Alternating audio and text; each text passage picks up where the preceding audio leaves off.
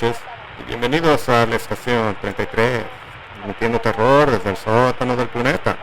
El archivo de hoy, compartido por Sensitive P, nos habla de las obsesiones y la infidelidad, de cómo es que a veces poder ser consumidos por un deseo, un anhelo, una lujuria por una persona que ya le pertenece a alguien más.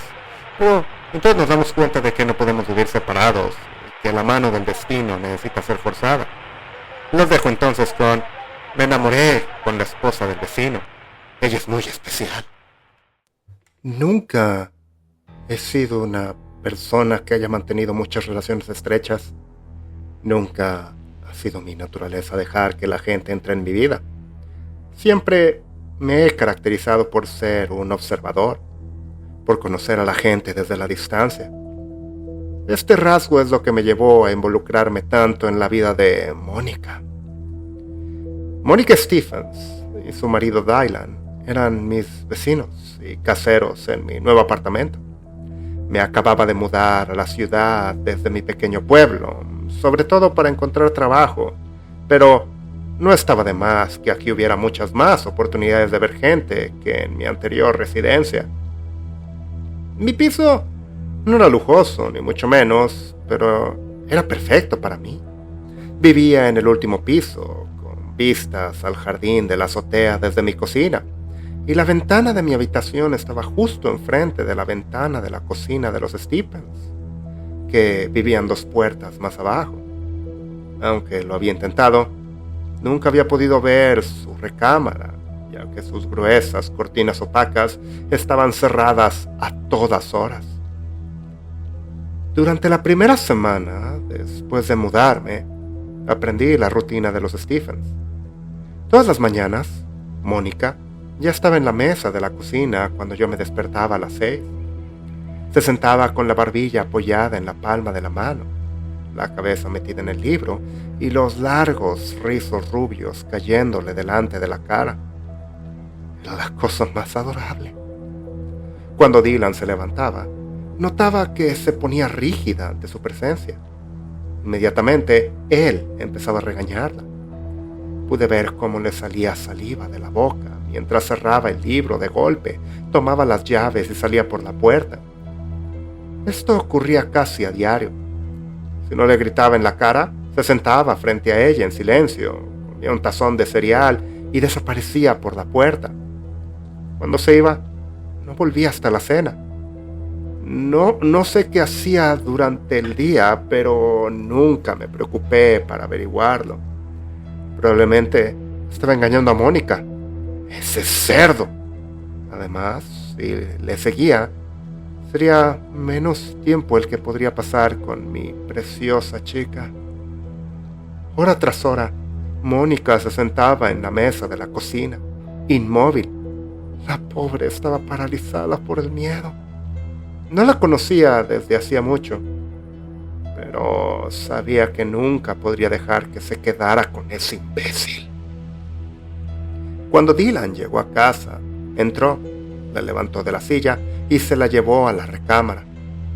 Pude escuchar sus disculpas insinceras, solo diciendo que lo sentía con la esperanza de tener sexo.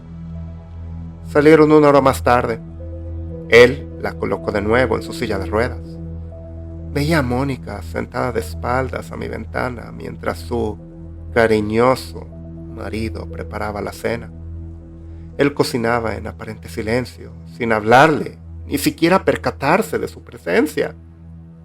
Me desconcertaba cómo aquel cavernícola podría tratar a una mujer de este calibre con tanta menospreciación. Aunque nunca pude verle bien la cara, me di cuenta de que era guapa, de que era tímida y de que él no la quería como yo. Era tan controlador que su esposa nunca salía del complejo de apartamentos y mucho menos se sentía lo bastante segura como para moverse siquiera de la mesa de la cocina durante el día. El único momento en que podía salir era el sábado por la mañana, cuando yo la veía en el jardín de la azotea. Sabía que quería que la salvara. Después de observar su rutina durante unas 2 semanas, en ese momento pude determinar con exactitud cuándo podría acorralar a Dylan.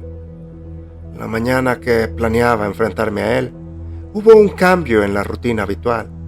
Mientras Dylan estaba en plena sesión de gritos, golpeó la nuca de Mónica. Le golpeó la frente contra la mesa de madera de la cocina.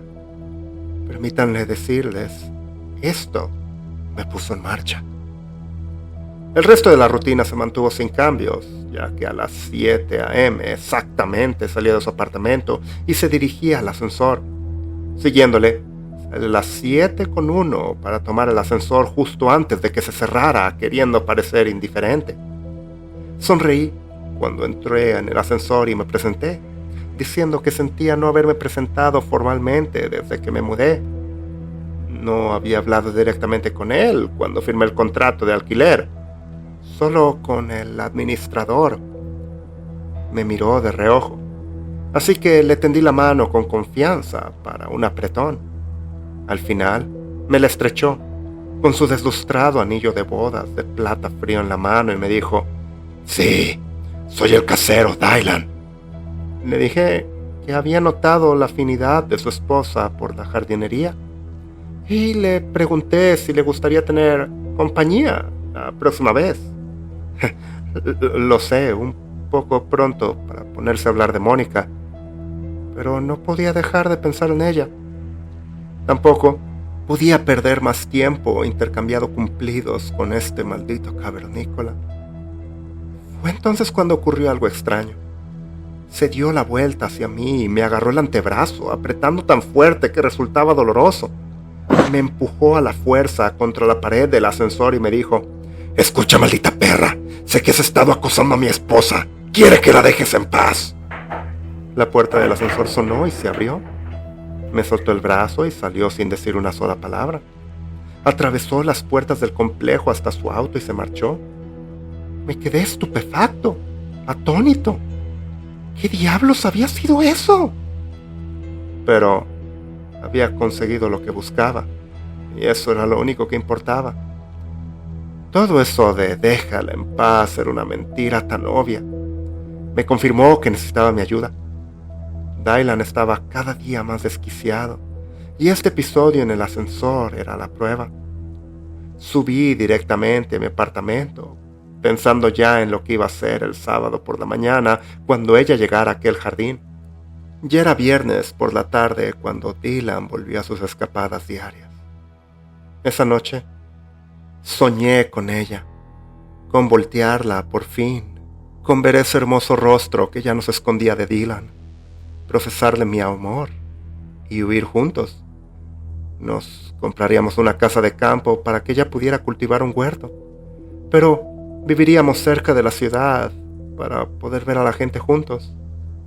Ambos seríamos libres, ambos seríamos felices. Llegó el sábado por la mañana y me levanté temprano para preparar mis cosas. Cuando Dylan se despertó, fue inmediatamente a buscar a Mónica a la cocina. Se alteró con ella a primera hora. Estaba demasiado alejado para oír exactamente lo que decía, pero lo bastante alto como para que yo pudiera oírlo a través de su ventana cerrada. Pude ver su angustia. Ni siquiera podía levantar la cabeza para defenderse. Esta pobre mujer abatida contaba solamente conmigo, pero ya no faltaba mucho. Dylan agarró con fuerza su silla de ruedas y la sacó del apartamento en dirección a la azotea. Vi cómo la arrojaba ahí, gritando por última vez, diciendo: «¡Puedes pudrirte aquí afuera! ¡Ya no me importa!». Dylan me daba asco.